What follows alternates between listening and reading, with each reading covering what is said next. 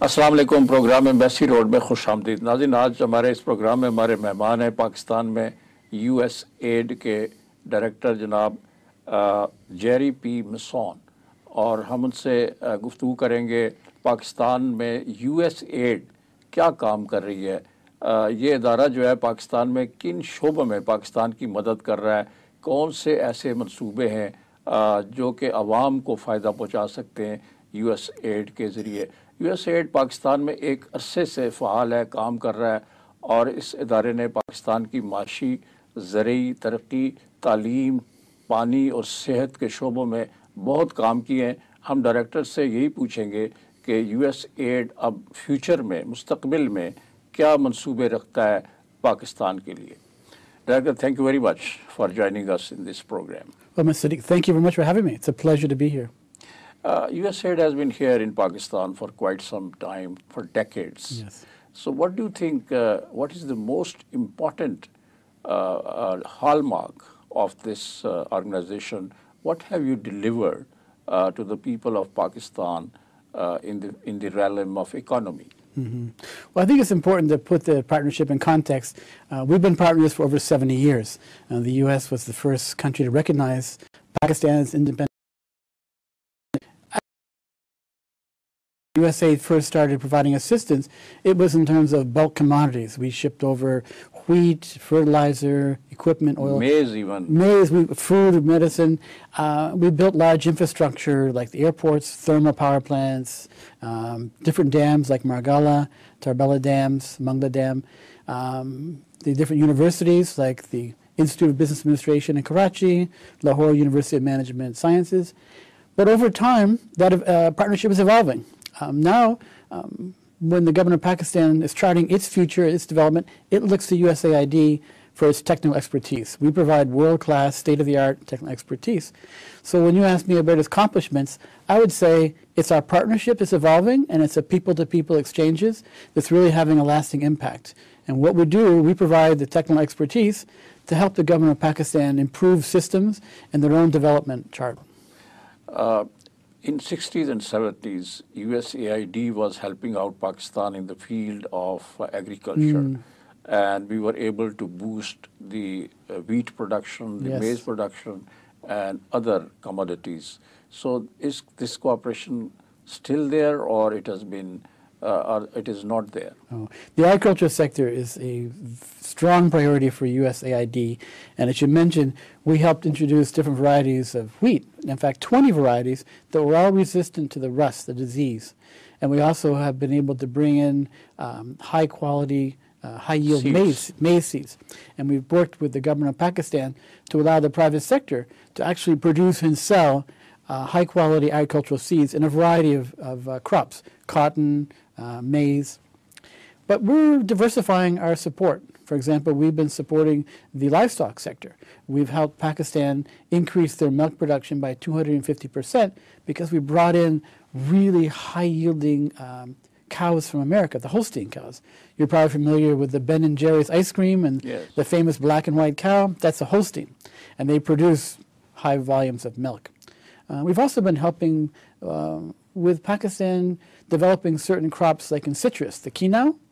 And so last year, we helped Pakistan export to Indonesia over 13,000 tons of quinoa valued at $14 million. And we're doing a lot more in the agriculture sector, and for example, in mangoes.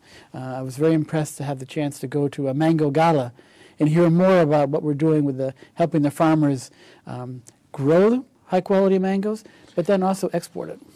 But the mangoes you have mentioned, yes, Pakistan produces world's best mangoes. Yes. But their export is a problem.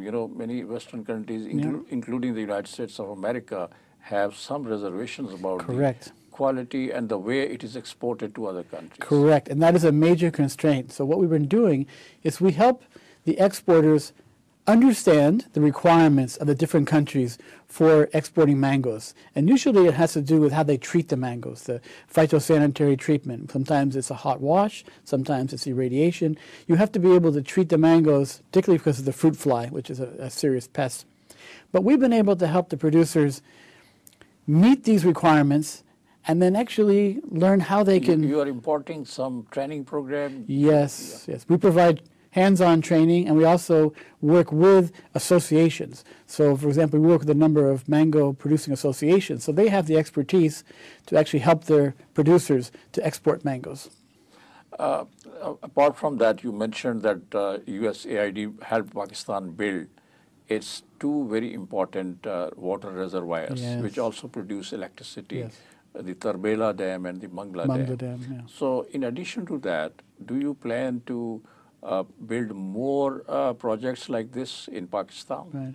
Well, we have on right now ongoing a large number of hydropower and flood control dams. And so we're committed to completing all those projects. For example, the Golem Zam Dam, the Golden Kul Dam. Satpara. Yeah, these dams are actually important not just for hydropower, but also for flood control and then irrigation for farmers. We've been able to expand irrigation to about 530,000 acres. Yeah, but in addition to that, electricity is also being produced through these projects, the Yes. dams. So are you helping Pakistan to produce more electricity? Because electricity, the energy is a problem in Pakistan. Yeah. There's a crisis. Yes. Although Pakistan government is also taking steps to bridge the gap between demand and supply. Yes. But it needs more help. And is USAID ready to do that help, to give that help to Pakistan? Absolutely. This is one area where we have to give credit to the government of Pakistan. They've really been able to increase the supply, and you don't see load shedding that we used to have even a year ago. What USAID has done is help increase capacity in the system by over 3,040 megawatts, which is enough to benefit 36 million Pakistanis. But most importantly, we're helping the government of Pakistan with integrated energy sector planning, which looks at where should they be investing for energy sources in the future. And one area that USAID funded was a study on wind potential, and particularly in Balochistan. Balochistan has some of the world's best potential for wind. However, the private sector did not want to invest in windmills in Balochistan because they had no way to get the electricity to the grid. So USAID funded transmission lines. So now we have 15 private sector funded projects to produce up to 740 megawatts in Balochistan. The wind energy. The wind energy, which is very low cost and sustainable, and that's being connected to the grid.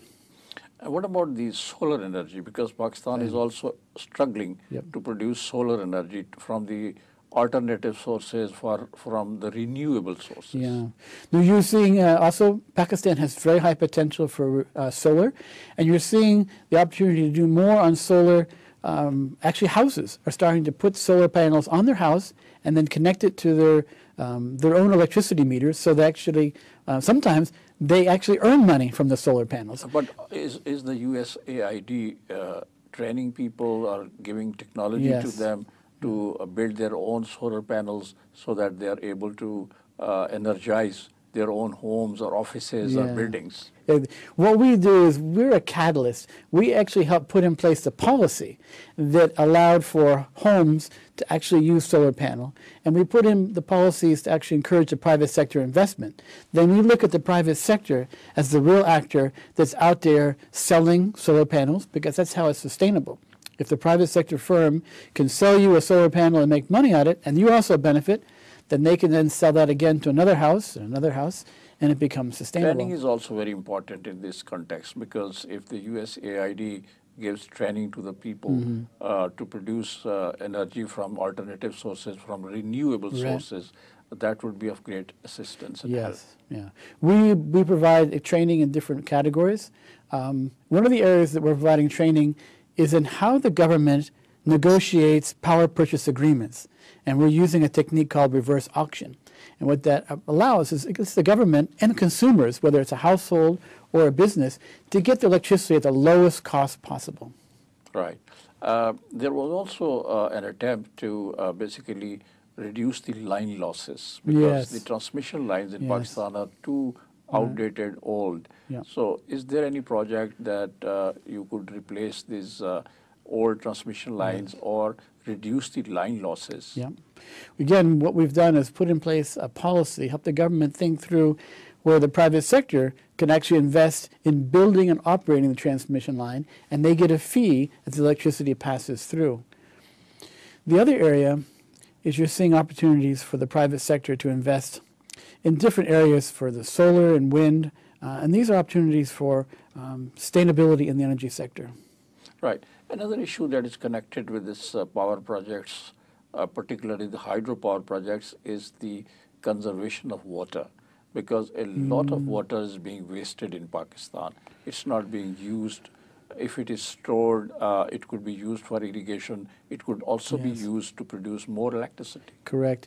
We've been focusing on some energy efficiency as well as water efficiency techniques. For example, we're helping farmers use solar-powered drip irrigation.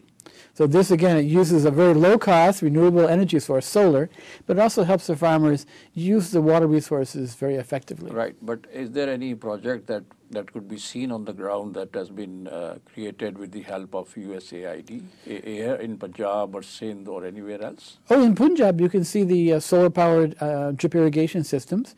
And going forward, I expect that USAID will invest more in water efficiency. We look at Pakistan in terms of its agricultural potential, tremendous, very important sector.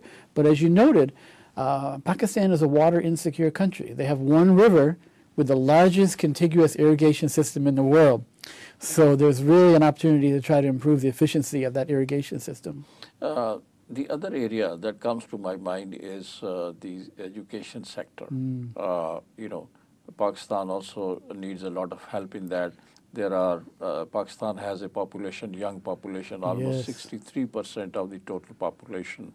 So they need to be educated. Yes. So what are your projects to give education to the young people of Pakistan? We focus in three areas in the education sector: basic education, higher education, and workforce development.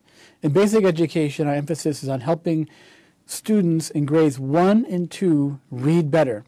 And that's important because we want the students to perform better, have the incentive to stay in school longer.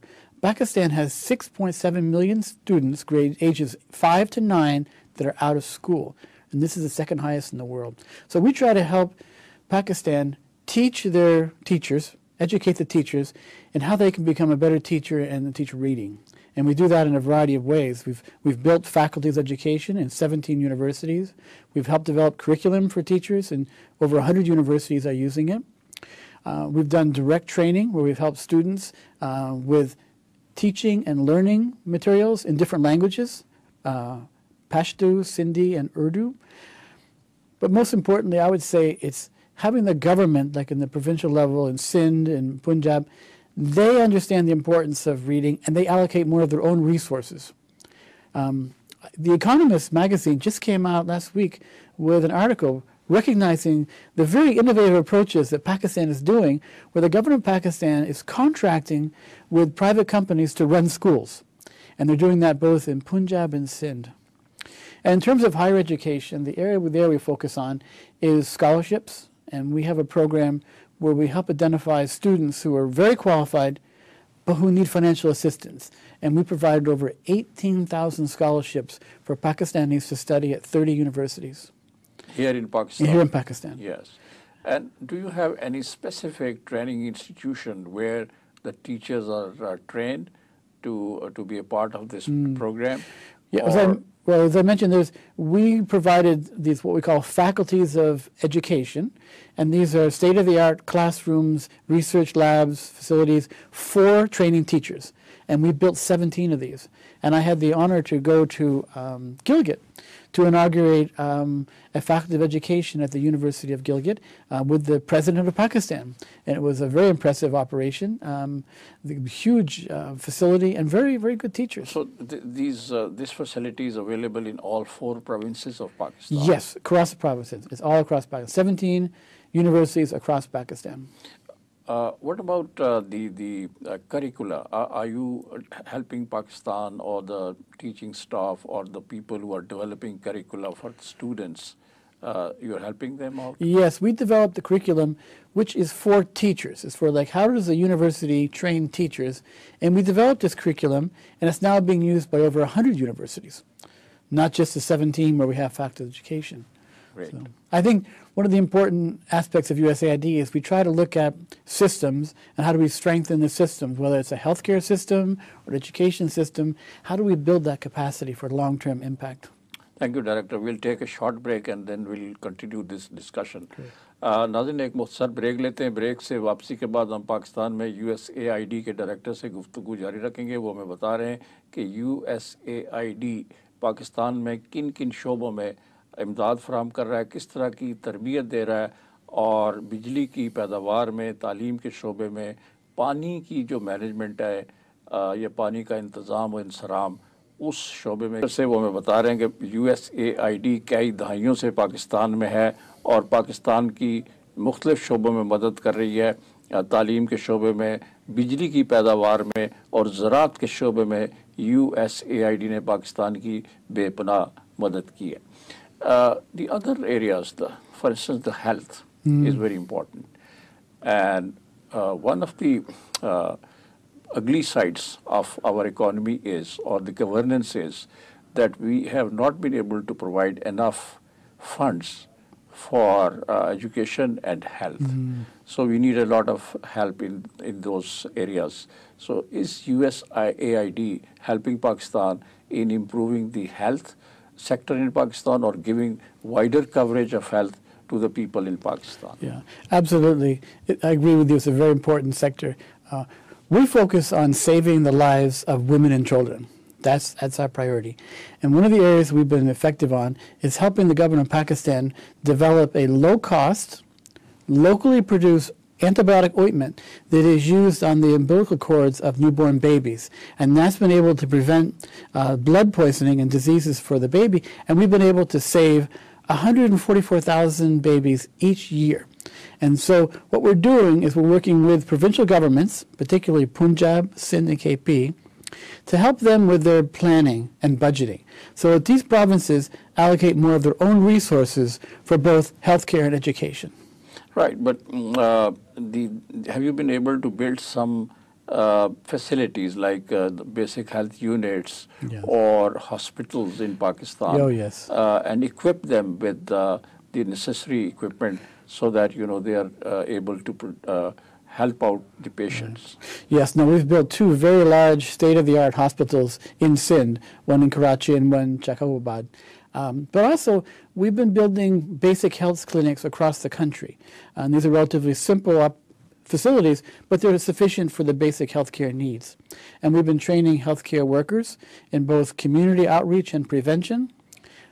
And then again, what USAID does is looks at the system. So how do we strengthen the healthcare system? How do we help the government allocate proper resources? How do we encourage the proper training?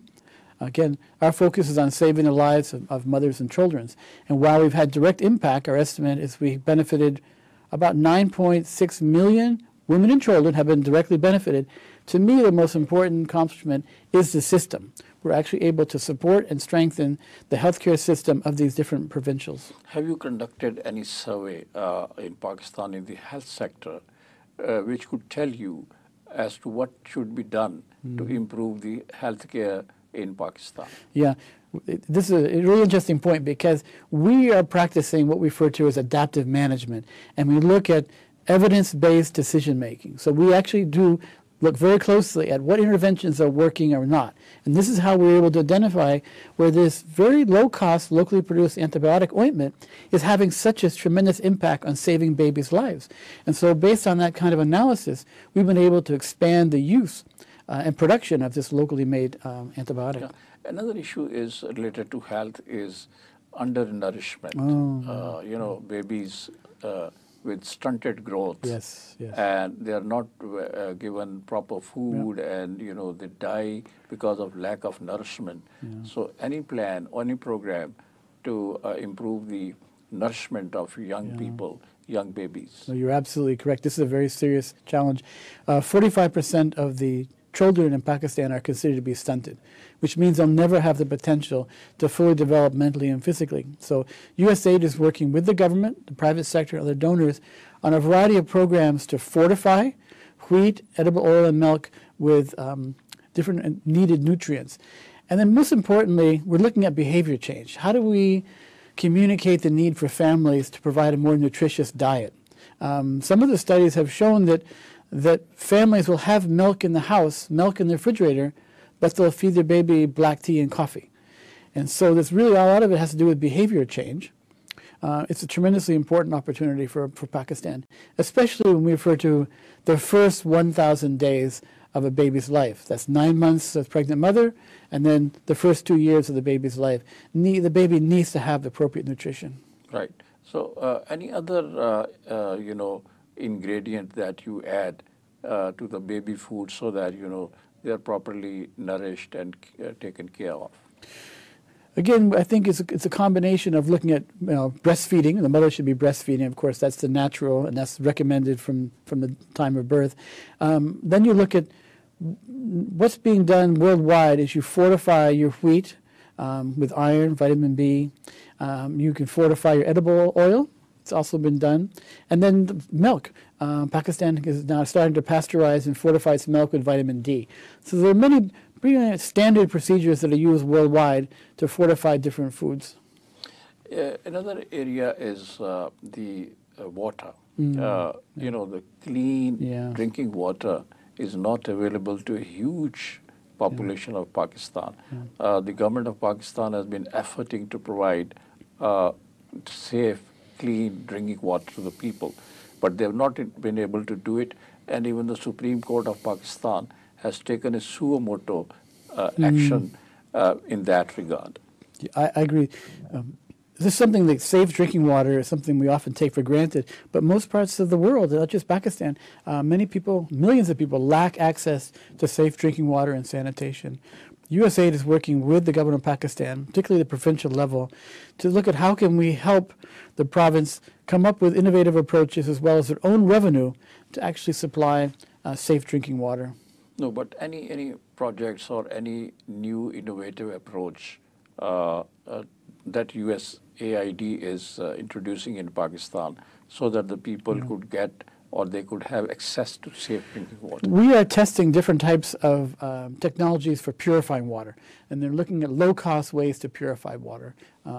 It's unfortunate that the poor people, they pay a lot for safe drinking water because they pay by bottle, and some of the richer parts of the cities will have water coming on pipes, and they pay very little. It's also important to understand that for it to be sustainable, we need to work within systems where communities are willing to pay a small fee for the service of delivering safe drinking water so that you can maintain that system.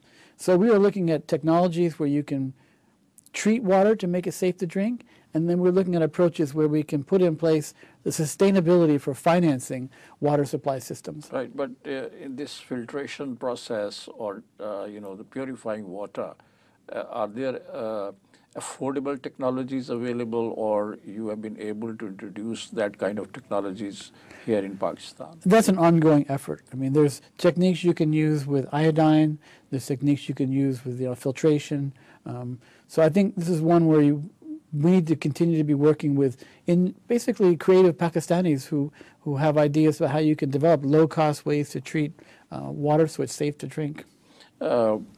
USAID has been here in Pakistan for decades, for almost 7 decades, and you must have learned a lot about Pakistan's development and in the field of agriculture, in the field of education, health, safe drinking water.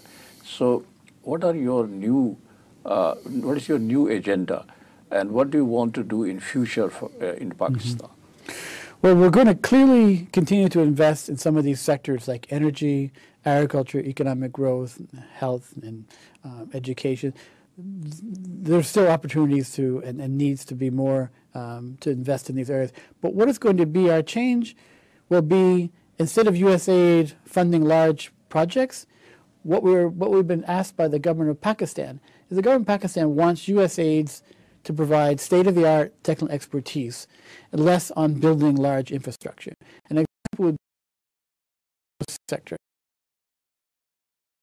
to help put in place international standards for trade and commerce. And I'll give you 3 examples of what we're going to be working on. What's called a national single window.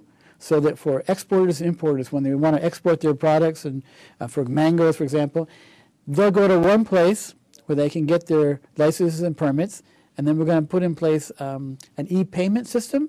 So right now, the business would pay, it would take them 3 days or more to pay for these license or permits. Under electronic payment, they can do it in 3 hours or less, and they can do it from anywhere in the world. And the third area is really important for the agribusiness sector. It's looking at a warehouse receipt financing system, where you're using a third-party certification system to go in, document goods in a warehouse, the value of it, and certify that. And then the agribusiness company can then use that certification for collateral to get financing for their operations. We're going to be doing more with micro, small, medium enterprises, sort of helping them with their financing, entrepreneurship. I would see USAID becoming much more of a catalyst in providing this technical expertise, where in the past we used to fund large infrastructure projects. So now you are giving the assistance in running the system or making it more efficient. Yes. But at the same time, the governance in Pakistan has been a problem for the people of Pakistan. This governance is very poor. It is conceived to be poor. And, you know, what to do, how to improve it. Is there any program or project being considered by USAID so that the governance improves at the lowest rung at least? Well, this, again, it goes out to working with the government, for example, provincial governments, so they do their own planning and budgeting, so they allocate their own resources, and then looking at how those resources can be used for priority development objectives, such as basic health, basic education. Another area that I see USAID investing in is partnerships with the private sector. And we're going to be looking more and more at opportunities for partnership. For example, we did a study that showed that there was this tremendous need for wind, but yet they didn't have a transmission line. So we helped partner with the private sector by building transmission line. The private sector invested in the power plants to produce electricity from the wind. So we're going to be looking at opportunities where the private sector and USAID can partner together. Right. But your experience in Pakistan, does it tell you that you need to do something innovative, something so that you and a huge benefit is given to the people at large? We do look at the point you mentioned, which is scale up. How do we have an impact at scale? We don't want to just do small pilot activities. We want to be able to have activities that can be scaled up. And an example I had earlier, which was how do we help produce these low-cost, locally made antibiotic ointment to save babies' lives? Another one would be we help the government of Pakistan identify livestock diseases and develop vaccines for that. And now those vaccines are produced locally. So you're seeing the government of Pakistan actually leading the way in identifying the need for these vaccines to protect cattle, sheep, and goat, and then the private sector producing the vaccines, and then you're actually having a sustainable, wide impact. Thank you. We'll take another short break and we'll continue this discussion. नाज़रीन एक मुख्तसर break लेते हैं. Break से वापसी के बाद हम मज़ीद गुफ्तगू करेंगे पाकिस्तान में USAID के डायरेक्टर से. वो हमें बता रहे हैं कि USAID किस तरह पाकिस्तान में माशी तरक्की के लिए, ज़रूरी पैदावार में इजाफे के लिए, सेहत और तालीम के शोबों में किस तरह की सरगर्मियाँ करेक्टर से. Doctor, you have covered so many areas in Pakistan, but still, you know, Pakistan is growing and evolving, and the society is changing, and the young people, we have a huge potential of youth in Pakistan. Some people, some experts call it youth bulge. Yes, yes. So it's going to be an asset as well as a challenge. Correct. For the future of Pakistan. How do you look at this? You framed it perfectly. With 207 million people, it's a growing population. 60% are under the age of 30. As they say, that's termed the youth bulge, which can be a very important dividend for the country in terms of basically workers generating income if they have the skills and if they're educated and if the jobs are there. So what we do is we look at two parts. One is, where are the jobs going to be created? And we see jobs being created in micro, small, and medium enterprises. So USAID provides this financing. We're working with 4 banks. We've made available $60 million, and these banks have loaned out to 11,000 of these micro, small, and medium enterprises. SMEs. SMEs, right? Yes. Correct. And they're getting very high repayment rates. So now you're seeing the banks willing to put more of their own capital into these loans to SMEs. We also want to help students and young people look at vocational skills. And we provide training in 3 different parts of the country. In Punjab, in KP, in Karachi, we have what we refer to as vocational training programs. And so the participants in these programs are learning a variety of vocational skills, from high-quality welding to air conditioning to plumbing, electricity, car repair, computers.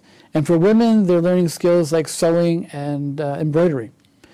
It's very impressive. I had a chance to meet students at a vocational school in Karachi, and I got to hear some of their views of what they want to do with it.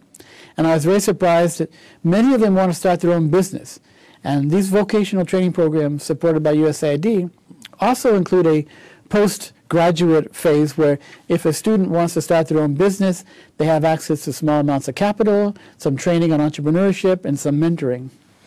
The $60 million that you have shared with these banks, right, to provide jobs to these young people, are you monitoring the system, and the money that you are investing in these projects is useful, it is being used in a gainful way, or it's going down the drain? No, we have monitoring in different ways. Our partners have regular monitors. We have staff from USAID to monitor it. And then we also use what we refer to as third-party monitoring. We have several mechanisms that we employ just to go out and look at how USAID projects are being implemented and document it. And if there are problems, we want to learn about it, we want to fix these problems, and we want to actually learn from our experiences. It's important to note that USAID funding is grant, not a loan, so it's an opportunity for us to really be creative and use our assistance in innovative ways. There is another institution which has been established, the NAVTech. It is another institution, yes, which is imparting training to young people in various fields, in various technologies, so that they are able to have good jobs, yes, and have employment. So is there any cooperation or collaboration with NAVTech by USAID? Yes, they participate in one of our vocational training programs. It's only confined to that? That's our major focus with them is again, we have a specific program that looks at vocational skills, and those are a set of skills where we've identified there are job opportunities. For example, if people get skilled, they get training in welding, for example, they often get job opportunities immediately. They have a very high placement rate for certain training skills. For example, air conditioning, welding, they have some of the highest placement rates. Do you consider, while starting a project, the backwardness, economic backwardness of certain areas in Pakistan, because some areas, yeah, are comparatively better off? Correct. And there are some, like Balochistan, parts of KPK, northern areas, maybe southern, right, Punjab, they are not very well off, and they are not advanced and developed. Yeah. So are you giving a special attention to these areas? Yes, and in those areas, particularly, for example, in Fatah and KP along the Afghan border, we are focusing on livestock production, particularly goats. Because those technologies are pretty much well known, so what we do is we try to improve upon that by giving them better quality breed stock in terms of the goats. They can grow faster, yield more meat, and then also the fodder production. So how do they produce a better feed for these goats, as well as how do they care for them, and then look at the marketing. So you want to look at technologies that are appropriate for a given cultural area. So yes, you're doing it. You're doing it, and we're learning from these experiences. Yeah, but are there any specific projects, for instance, in very, very backward areas, the rural areas in Pakistan, so that, the economic lot of the people of that, yes, area is improved? Yeah, that was what I mentioned, that we are focusing particularly in the Afghan-Pakistan border region, in fact, the KP, and there we're looking at how do we support livelihood development, and some of it is agriculture, but we feel like one of the greatest opportunities will be in livestock, because it's a technology that they can readily use and we can improve upon it, and they can actually generate income. As you know, women in particular can benefit from raising livestock. They consider it a rural bank, and then when they need the money, they can use it for education for their children or other healthcare needs. You earlier mentioned your partnership with the private sector. Can you just elaborate what kind of partnership is it? Is it confined to one or two fields, or it is broad-based? It's broad-based, and we're looking at partnerships as a means, not an end. But we feel like, for example, your question was, how do we achieve impact at scale? And we think the private sector is a way that we can achieve a broader impact and a sustainable way to achieve these impacts. So we have a very much a wide open approach as to the kind of partnerships in terms of what might make sense. For example, we work with the private sector in the agricultural sector, whether it's going to be in dairy production or mango production, and then how can we support and partner with them in a way that will have a greater impact. You talked about the dairy production earlier also, and you are helping out in that sector, and Pakistan has a huge potential in that. Yes. But still, you know, there are newspaper or media stories taking rounds that there is a huge or a massive deficit in that field. I mean, the supply-demand gap, that the milk, particularly in urban areas, there's a big demand for the milk, but the supply is too low. Correct. How to meet this gap? Well, as I mentioned, what we want to focus on is how do we increase the productivity. So by using higher yielding Holstein cows, also bred with local cows. So we're looking at a variety of approaches where you've got Holstein as well as mixed hybrid cows here that also can increase the yield production.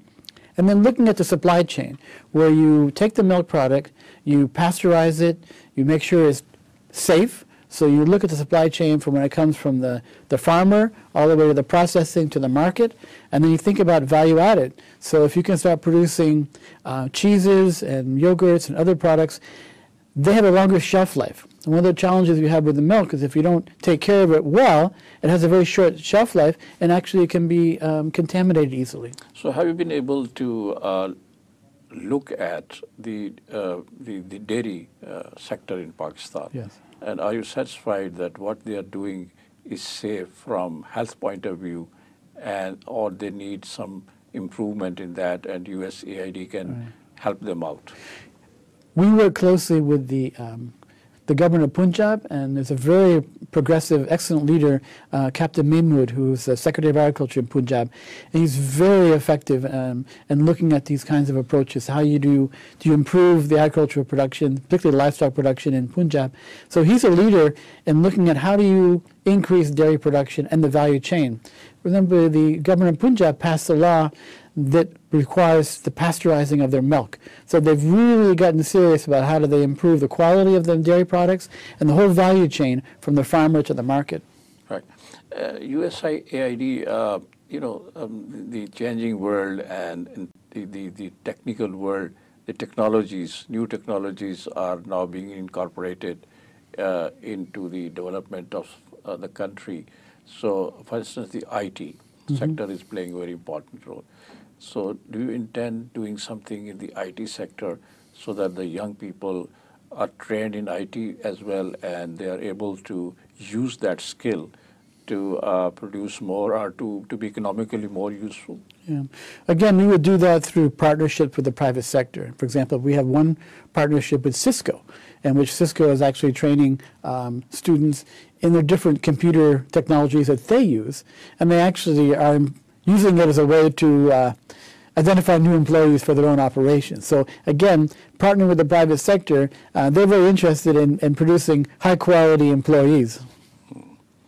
Doctor, thank you very much. नाज़रीन, आज के इस programme में आपने पाकिस्तान में USAID के director जनाब Jerry P बिसों से गुफ्तगू सुनी उनकी। उन्होंने पाकिस्तान और USAID के ताल्लुकात के ऊपर बड़ी सैर हासिल गुफ्तगू की। उन्होंने बताया किस तरह USAID पाकिस्तान में ज़िंदगी के मुख्तलिफ़ शोबों में मदद कर रहा है गुज़श्ता 70 साल से, और ख़ास तौर पर तालीम के शोबे में, सेहत के शोबे में, डेयरी फार्मिंग में और नौजवानों को जो कि पाकिस्तान की आबादी का 63% है, उनको मुख्तलिफ महारतें देने में, स्किल्स देने में किस तरह की मदद कर रहा है।